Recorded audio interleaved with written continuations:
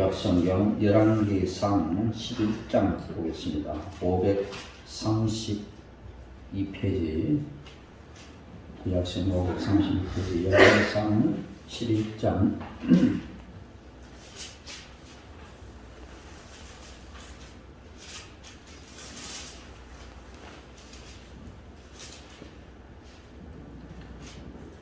열왕기상 11장 4절에서 13절까지 말씀입니다. 교독하겠습니다.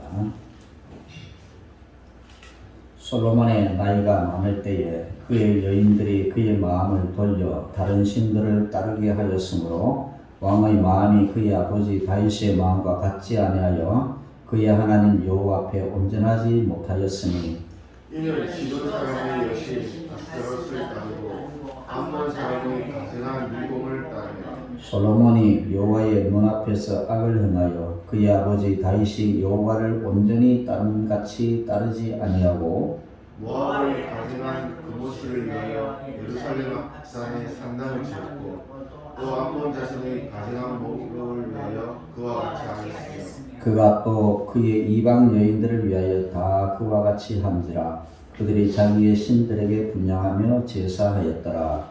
솔로몬이 마음을 돌려 이스라엘의 하나님 여호와를 떠나고 여호와께서 그에게 진노하시니라. 여호와께서 일찍이 두번이나 그에게 나타나시고 이 일에 대하여 명령하사 다른 신을 따르지 말라 하셨으나 그가 여호와의 명령을 지키지 않았으므로 여호와께서 솔로몬에게 말씀하시되 내게 이러한 일이 있었고 또 내가 여호와가 내가 내게 명한 법도를 지키지 아니하였으니 내가 반드시 이 나라를 내게서 빼앗아 내 신하에게 주리라. 그러나 내 아버지 다윗을 위하여 내 세대에는 이 일을 행하지 아니하고 내 아들의 손에서 빼앗으려니와 오직 내가 이 나라를 다 빼앗지 아니하고 내 종 다윗과 내가 택한 예루살렘을 위하여 한 지파를 내 아들에게 주리라 하셨다. 아멘. 오늘의 찬양. 오늘 은혜 받을 말씀의 제목은 신앙의 내리막길을 조심하라입니다. 주변에는 신앙의 내리막길 이렇게 되는데 신앙의 내리막길을 조심하라 라는 제목을 가지고 함께 말씀을 나누겠습니다. 저는 모태 신앙이었지만 하나님을 인격적으로 만난 때는 20대 초반이었습니다. 여러 번 말씀드리지만 저는 주일학교 다닐 때부터 주일을 빼본 적이 한두 번뿐입니다. 지금 60, 이제 올해 제가 70인데요. 이 세월 동안 주일을 빼본 적이 평생 동안 한 두 번 정도 되는 것 같습니다. 한 번은 아파서, 한 번은 직장에 가가지고. 근데 그 직장에 처음 가서 일을 하는데 견딜 수가 없었어요. 내가 왜 이러나? 내가 지금 뭐 하고 있나? 한 좀 견딜 수가 없었습니다. 그 일은 절대로 주일을 빠뜨린 적이 없었습니다.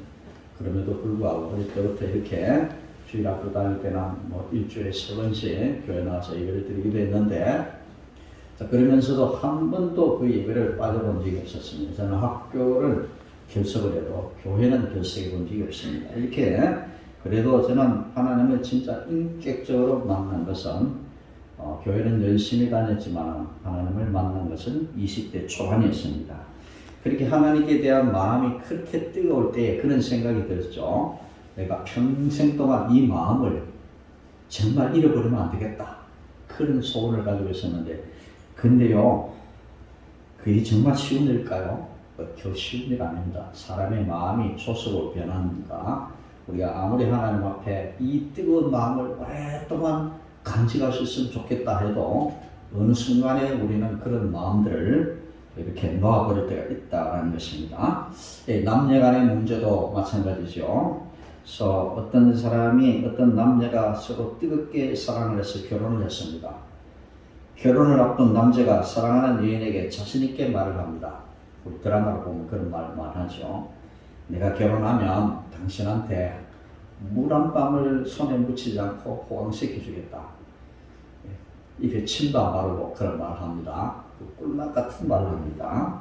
그런데 막상 결혼하면은 그런 약속은 오래 가지 않습니다. 손가락 하나 까딱하지 않고 양말도 뒤집어 벗어놓고 옷도 그대로 그 자리에 벗어놓고 모든 것을 아내가 다 해주길 바라는 신문지도 가져오라, 물도 떠오라, 차도 끌어오라 온갖 것을 다 시키는 그런 일을 하게 되는 거죠.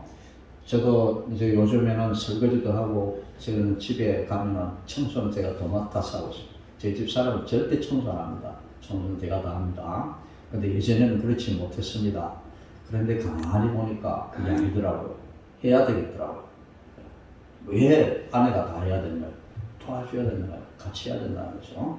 그래서 어떨 때는 설거지도 하고 또 청소도 하고 그렇게 도와주기를 합니다. 그렇죠. 그런데 어떻습니까? 이렇게 결혼할 때는 물 한 방울 손에 묻지 않겠다 약속을 해도 시간이 가면 따라 그 마음이 변하는 거죠. 그렇습니다.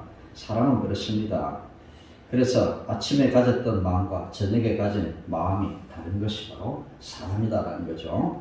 그래서 오늘은 배신에 관해서 한번 이야기를 해보려고 합니다. 여러분들은 배신을 당해 본 적이 있습니까? 그리고 다른 사람을 배신한 적이 있나요? 저는 한번 배신을 당해 본 적이 있습니다.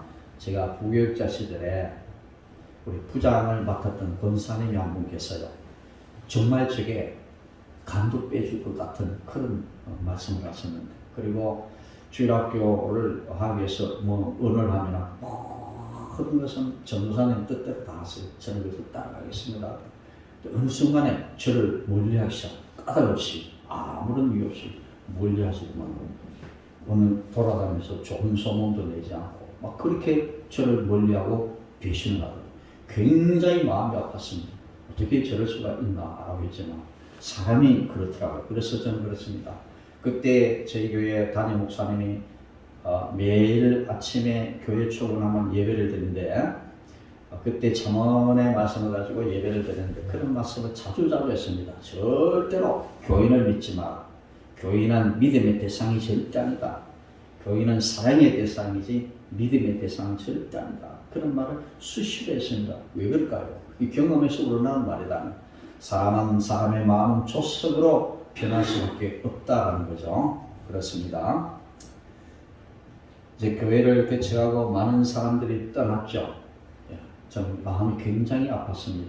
여러분들은 잘 모르겠지만 목회자들은요, 사람이 떠나면 가장 마음이 아픕니다. 아무렇지도 않은 것 같지만 그 참 숨길 수 없습니다.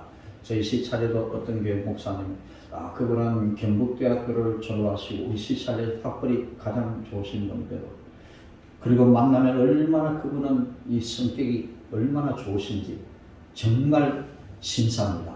그런데 이분요, 오늘날 여러 가정이 교회를 떠났습니다. 그렇게 좋은 분인데도 불구하고 사람들이 떠납니다.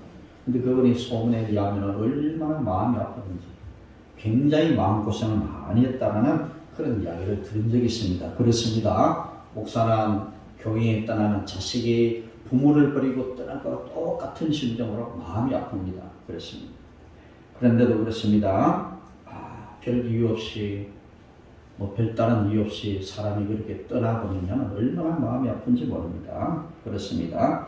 그런데 우리도 때로는 사람들을 배신할 때가 있다는 거죠. 내가 잘 모르는 순간에도 이렇게 배신을 당하기도 하고 또 다른 사람을 배신도 하고 있다는 사실을 우리는 알아야 되는 것입니다. 약속을 잊어버리는 사소한 것부터 친구를 일부러 속이는 일들까지 우리 주변에는 이런 일들이 얼마나 많이 일어나는지 모르는 것입니다. 오늘 이야기는 솔로몬이 지혜를 구할 때 지혜와 부와 영광을 모두 받아서 하나님의 복을 받게 된 그 다음 이야기를 우리에게 전해주고 있습니다. 지난주는 우리가 그걸 배웠죠. 솔로몬이 처음에 얼마나 뜨거운 마음을 가지고 하나님을 섬겼습니다. 그 하나님을 향한 뜨거운 마음을 가지고 하나님께 성전을 지어드리고 그리고 하나님 앞에 그렇게 부와 영광과 그런 장수를 구하지 않고 그는 하나님 앞에 지혜를 구했던 거죠. 그런데 하나님께서 보너스로 구하지 않았던 가지고 다 솔로몬에게 주었다라고 했습니다. 그런데 솔로몬은 시간이 지나감에 따라 지혜를 주신 하나님에 대하보다는 하나님이 보너스로 주신 부귀와 영광에 대하여 세상에 속한 것에 대하여 관심을 가지게 되었고 거기에 그만 마음이 빼앗겨 버렸다라는 것입니다. 하나님께서 솔로몬의 아버지 다윗에게 약속하신 언약이 그 아들 솔로몬에게 지켜지고 있었습니다. 그리하여 솔로몬이 다스리는 이스라엘은 하나님의 영광을 누리고 있었습니다. 하나님은 솔로몬에게 하나님의 복을 넘치도록 부어 주셨죠. 이스라엘을 다윗이 통치하던 때보다 더 크고 강한 나라로 그렇게 만들어 주셨습니다. 자기 아버지 다윗이 나라를 다스릴 때보다 훨씬 더 많은 영토를 소유하게 해도 더 강한 나라로 하나님 그렇게 복을 주셨던 것입니다.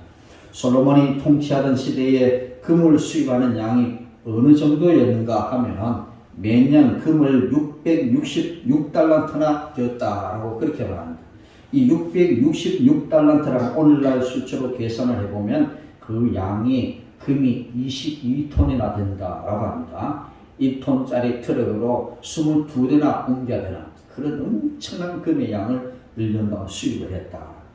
그리고 솔로몬이 가지고 있는 병마의 수가 1400대였다라고 했는데, 병마의 수가 말이 이끄는 마차죠. 이런 마차가, 전쟁에 필요한 마차가 1400대였다 하는데, 이 당시에는 말 한 마리의 가치가 지금의 자동차 한 대의 값으로 추산을 하면은 상상 못할 만큼 부귀와 영광을 누리고 있었다라는 것입니다.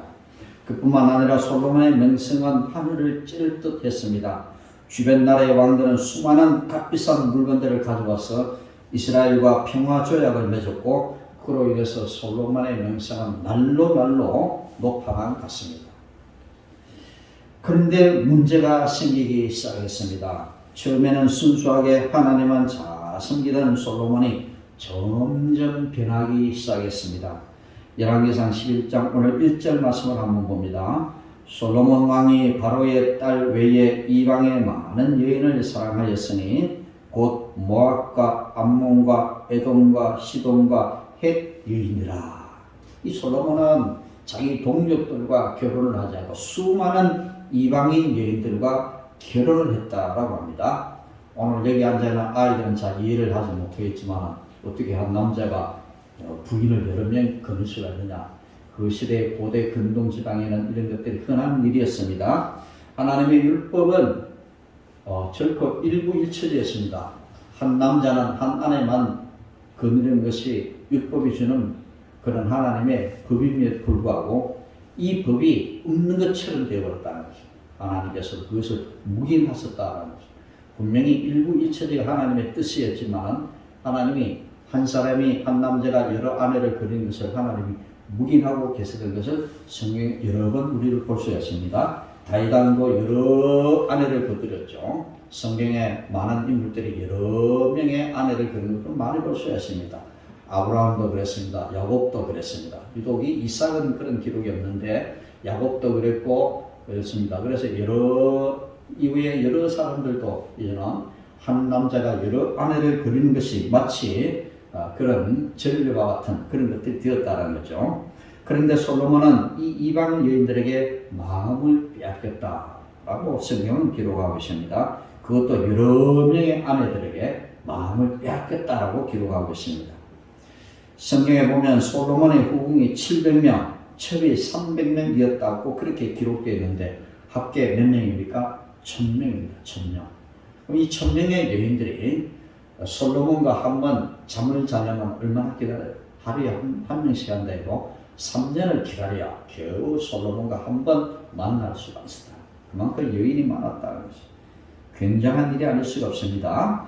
물론 당시 시대만 하더라도 나라마다 서로 화친하기 위해서 동맹을 유지하기 위해서 이런 정략적인 결혼을 많이 했다는 거죠. 이방 여인들과 결혼하는 것은 그 나라와 정략적으로 화친하게 동맹관계를 맺기 위해서 결혼을 하는 그런 일들이 많이 일어나게 됐습니다. 그러나 성경은 분명하게 솔로몬이 이방의 많은 여인을 사랑했다라고 그렇게 기록하고 있습니다. 단순히 정략적인 결혼이 아니라 솔로몬이 이방의 많은 여인들을 사랑해서 많은 여인들을 거느렸다 그렇게 말합니다.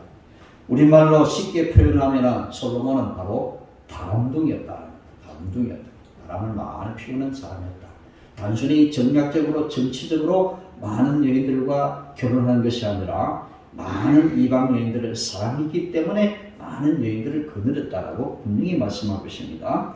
열왕기상 오늘 본문 4절 상반절의 말씀입니다. 솔로몬의 나이가 많을 때에 그의 여인들이 그의 마음을 돌려 다른 신들을 따르게 하였으므로 결국 이방 여인들을 사랑하는 것을 시작으로 솔로몬은 많은 우상을 섬기기 시작했습니다. 이방 여인들은 자신이 믿고 숭배하는 많은 우상을 솔로몬과 결혼하는과 동시에 그 우상들을 가지고 들어갔다는 거죠. 자기 나라에서 섬겨, 친정 나라에서 섬기던 많은 우상들을 다 가지고 이제는 들어오게 되었습니다. 그렇습니다. 이제는 솔로몬이 나이가 많아졌죠. 나이가 많아지니까 어떻습니까? 이런 여인들에게 관심이 많아지고 여인들에게 마음을 뺏기고 그래서 그 여인들이 섬기는 우상을 섬기기 시작했다라는 것입니다. 마침내 예루살렘 안에는 온갖 우상이 이제는 득실거리게 되었다는 것입니다. 하나님께서는 두 번이나 솔로몬에게 나타나셔서 솔로몬에게 경고하셨지만은 솔로몬은 하나님의 말씀을 따르지 않았습니다. 이미 솔로몬의 마음이 하나님을 떠나고 있었던 것입니다. 오늘 4절에 보니까요, 이 솔로몬의 나이가 많을 때라고 했는데 이 노년이었죠. 이 당시에 이렇게 60세 정도 되면 나이가 많은 때였습니다. 우리나라도 그렇습니다. 지금은 뭐 60세 별거 아닙니다만 제가 어릴 때만 해도 저희 동네에 60을 넘은 노인들이 몇 분 되지 않았습니다. 그래서 환갑이 되면은 회갑잔치를 크게 벌리죠. 왜? 이 60을 넘기는 쉽지 않은 일이니까 이 60을 넘기는 데 대한 그 축하하는 뜻으로 환갑잔치를 얼마나 성가하게 베풀었는지 모릅니다. 저희 집안도 굉장히 좀 가난한 그런 집안이었지만 저희 아버지가 회갑잔치를 할 때 제가 기억합니다. 그렇습니다. 그래서 소고기국도 끓이고 그 다음에 술을 먹는 사람은 막걸리도 대접하고 또 술을 먹지 않는 사람에게는 이제는 단술 해가지고 대접하기도 합니다. 제게 양조장이 그때는 동네에 양조장이 있었는데 술을 먹는 막걸리를 먹는 손님들이 많이 왔죠. 그래서 저보고 심부름습니다. 저 양조장에 가서 막걸리 좀 사와 주전자 하나 들고 그렇게 이제 양조장에 가서 술을 사오면서 이렇게 맛을 봅니다. 어떤 아이들은 그렇게 맛을 보다가 아이들이 나중에 술이 차고 그럴 때도 있는 알딸딸하고 그런 기억들이 있는데 그렇습니다. 이렇게 회갑잔치를 성대하게 되는 이때 솔로몬의 나이가 60세쯤 되었는데 여기 노년을 뜻하는 지크나라는 말인데 이건 솔로몬의 나이가 60세 전후가 되었을 것이다. 그렇게 추정을 할 수가 있는데요. 솔로몬은 일반적으로 육체의 허약함이 정신에게까지 영향을 미치는 이 노년의 시기에 이르렀을 때에 이방 여인들의 지속적인 유혹에 더 이상 저항하지 못하고 끝내는 그녀들의 그 여자들의 요구에 굴복하고 말았다는 거죠. 나이가 많이 드니까 젊을 때하고 다르다는 거죠. 이 여인들의 요구에 그냥 그 여인들의 요구에 아양을 쫄면서 요구하는 그 요구에 그만 넘어가 버리고 말았다는 것입니다.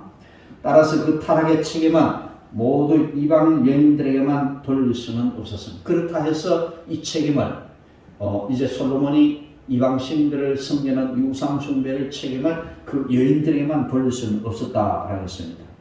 솔로몬의 타락 가능성은 이미 여호와의 말씀을 지키는 것과 같은 영적인 문제를 도외시하고 외적인 그런 건축 사업에만 치중했던 구장이었어. 또 그리고 하나님의 말씀에 반하여 말과 재물을 다량 축적했던 10장에서 나타났고 이런 일들을 지속적으로 행했기 때문에 이는 영적인 문제보다도 어떻습니까? 건축하는 일에만 몰두하고 그리고 말과 재산 이런 것들을 많이 취득하려 하는 그런 과정 속에서 이 솔로몬의 믿음은 자꾸 내리막길을 걷게 되었다는 거죠. 여인들 때문에만 그런 것들이 아니라 나이가 세월이 지나가면 갈수록 어떠냐? 신앙의 내리막길을 걸어갔기 때문에 이제는 그런 현상이 일어났던 것입니다. 그래서 이제 이것이 진행되다 보니까 마침 노년의 때에 나이가 한 60세 전후 때에 이제는 절정에 이르게 되었다. 그의 죄가 참으로 고질화되어 있다는 것을 오늘 본문이 나타내고 있는 것입니다. 신약 성경에도 비슷한 인물이 있습니다. 디모데후서 4장 10절에 나오는 데마라고 하는 사람인데요. 이 데마라는 사람은 참 출발할 때는 믿음이 좋은 사람이었습니다. 그런데 나중에는 세상을 사랑하기 때문에 마음이 변한 사람이다라고 성경은 우리에게 소개하고 있습니다.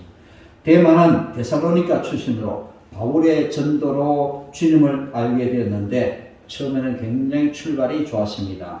그런데 나중에는 어떻습니까? 나중에는 낙오자가 되었습니다.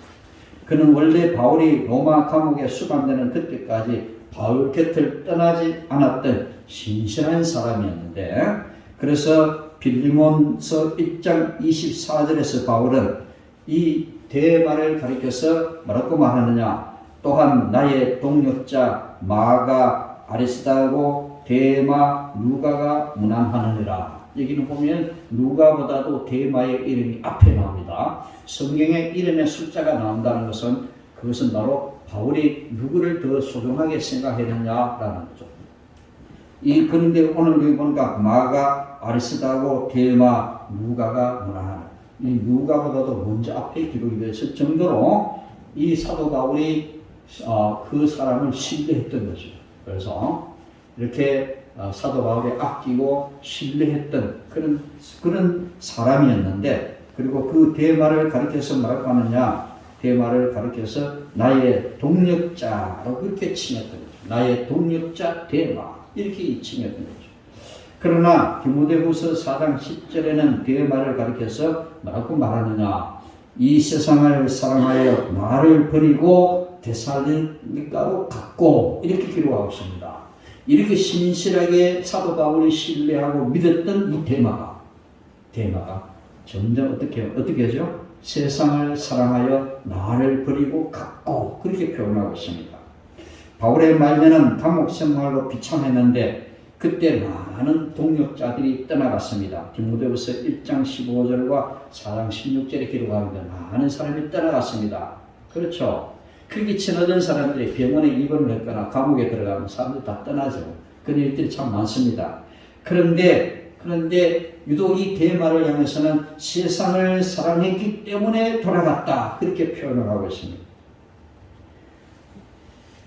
데마는 예수 믿은 지 얼마 되지 않았을 때는 매우 적극적인 신앙을 가진 사람이었습니다. 그러나 데마는 불행히도 예수로 인해서 좋은 것이 올 때만 그렇게 열심히 따랐던 인물이었는데, 예수로 인해서 나쁜 것이 올 때는 무조건 그 자리를 회피했던 그런 인물이었습니다. 데마는 손에 물 한 방울 묻히지 않겠다는 남자가 결혼하고 나서는 언제 그랬나는 것처럼 그는 처음과 나중에 달랐던 그런 인물이었습니다. 처음에 가졌던 그 마음 그대로 간직하지 못하고 신앙의 내리막길을 걸어갔던 그런 인물이었습니다. 저는 20대 하나님께 대한 뜨거운 마음을 가졌을 때는 이 마음을 평생 동안 변하지 않았으면 좋겠다라고 했는데 어쩔 수가 없더라고요.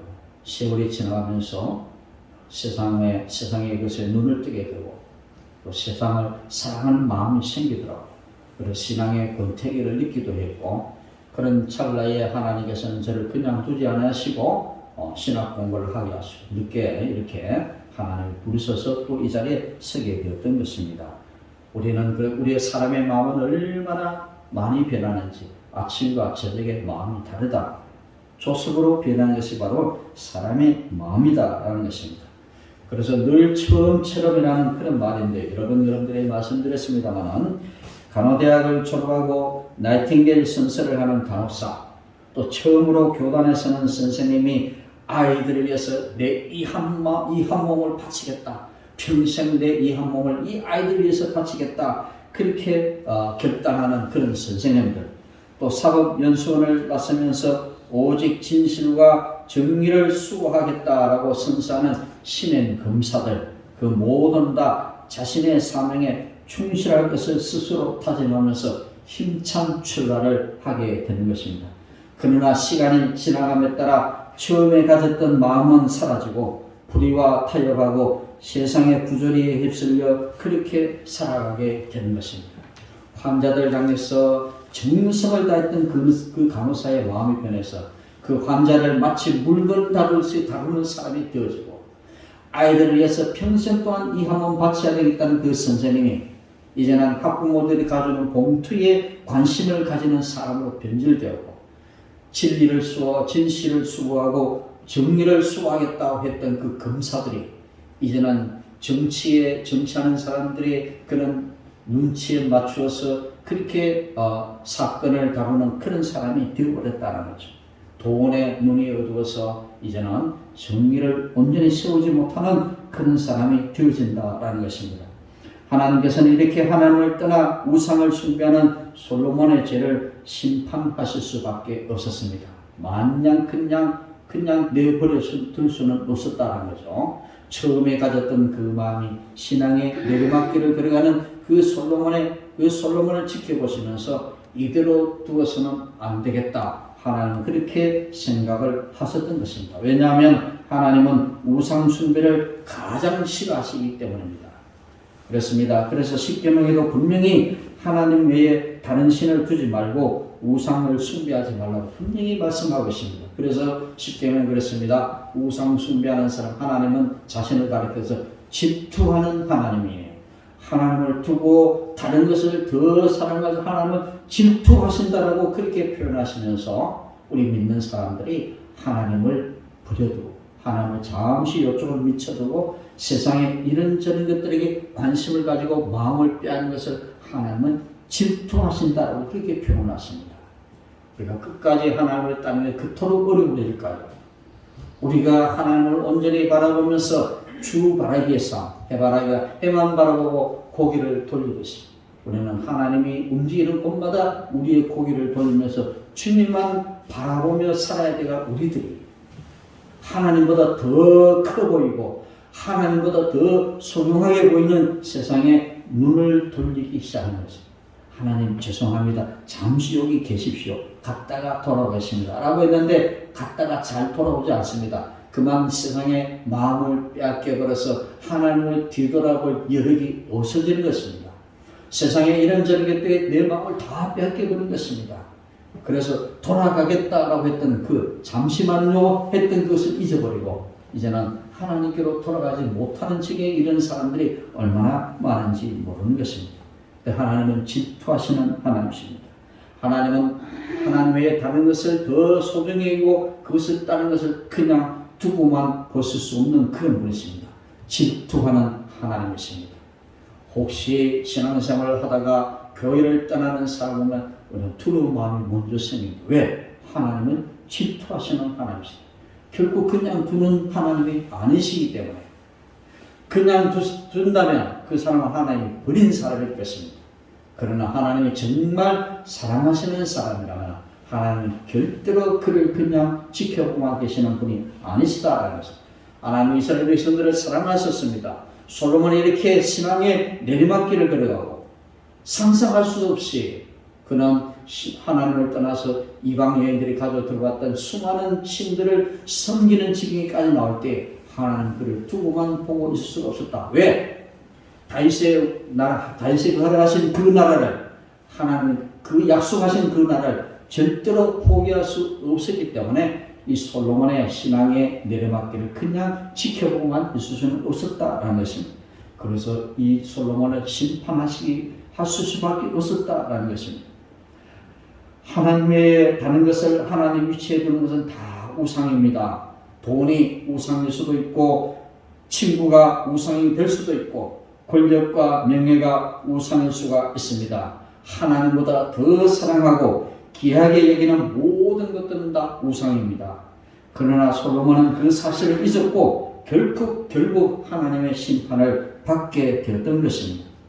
하나님은 솔로몬에게 이스라엘 나라를 빼앗아 버리시겠다 그렇게 말씀하셨습니다. 하나님께서는 솔로몬의 신하에게 나라를 주겠다라고 말씀하셨습니다.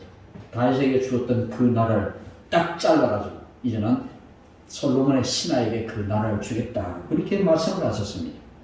자신의 신하에게 나라를 빼앗기는 만큼 비참한 일은 없을 것입니다. 그렇게 잘 나가던 솔로몬이 그렇게 다윗보다도 넓은 영토를 소유하고 나라가 그렇게 부강했던 그 솔로몬에게도 하나님이 그를 심판하시니까 나라를 쪼개가지고 이 나라를 솔로몬의 신하에게 주겠다고 그렇게 말씀을 하셨던 것입니다. 이처럼 하나님의 심판으로 솔로몬은 그 자녀에게 제대로 된 나라를 물려주지 못하게 되었던 것입니다. 그런데 여기서 우리는 절대로 잊지 말아야 할 중요한 사실이 하나 있습니다. 그것은 바로 이 심판이 영원한 심판이 아니라라는 것입니다. 하나님께서는 솔로몬에게 심판을 말씀하시지만은 그 심판 가운데 한 줄기 빛과 같은 길을 준비해 두셨던 것입니다. 오늘 본문 11절과 13절의 말씀 봅니다.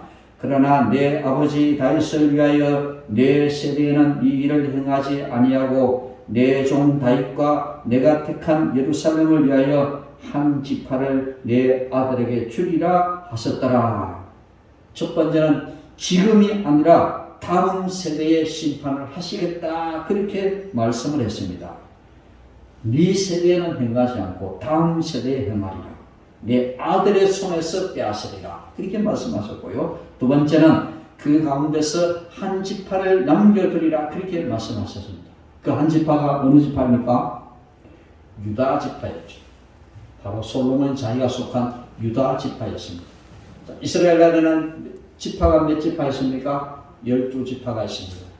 그런데 이 나라가 갈라지면서 하나님은 한 지파만 남겨두시겠다라고 했는데, 실제로 나라가 갈라질 때는 남쪽에는 유다 지파와 베냐민 지파가 남쪽에 남고 나머지 10지파는 북쪽에서 나라가 갈려요. 우리나라처럼 이스라엘 나라가 남북으로 두 나라로 갈라지게 된 거죠. 그럼 왜 그럴까요? 솔로몬이 지은 죄 때문에 나라가 갈라지는 그런 일이 생겨나고 많았던 것입니다.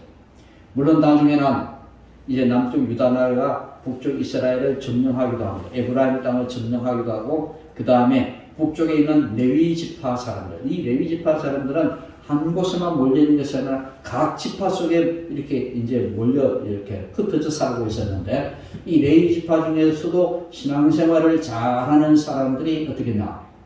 예루살렘 성전에 가서 예배 드리기를 원하는 사람, 예배에 갈급한 레위 지파 사람들이 이제는 북쪽에서 남쪽으로 와서 유다 지파에 속한 그런 사람들이 많았습니다. 그래서 이스라엘 나라, 나중에 유다 나라가 바벨론으로 포로가 되어갈 때는 순수한 유다 지파만 바벨론의 포로가 되어간 것이 아니라 거기는 레위 지파 사람들도 많이 섞여 있었다는 거죠. 어떻게 하든지 나라가 둘로 쪼개지는 그런 아픔을 겪게 되었다는 것입니다. 그럼 왜 하나님께서는 심판을 연기하시고 한 지파를 남겨두시겠다 말씀하실까요? 그것은 바로 다윗과 맺은 언약 때문이었습니다. 솔로몬의 아버지 다윗과 맺은 언약 때문이었습니다. 하나님께서는 다윗과 언약을 맺으시면서 이렇게 말씀하십니다. 다윗아, 나는 너의 후손이 잘못할지라도 절대로 내가 너희 나라를 버리지 않을 것이야. 그때마다 조금 아플 수는 있지만 때로는 채찍으로, 때로는 사랑으로 회복시킬 거야. 버릴 수도 있겠지만 사랑으로 그들을 회복시켜 주겠다. 하나님께서는 다윗과 그렇게 언약을 맺으셨던 것입니다. 이 언약은 다윗의 후손들이 잘못한다고 해서 다시 가르쳐서 바른 길로 걸어가게 하시겠다는 하나님의 의지를 담고 있는 그런 약속이었던 것입니다.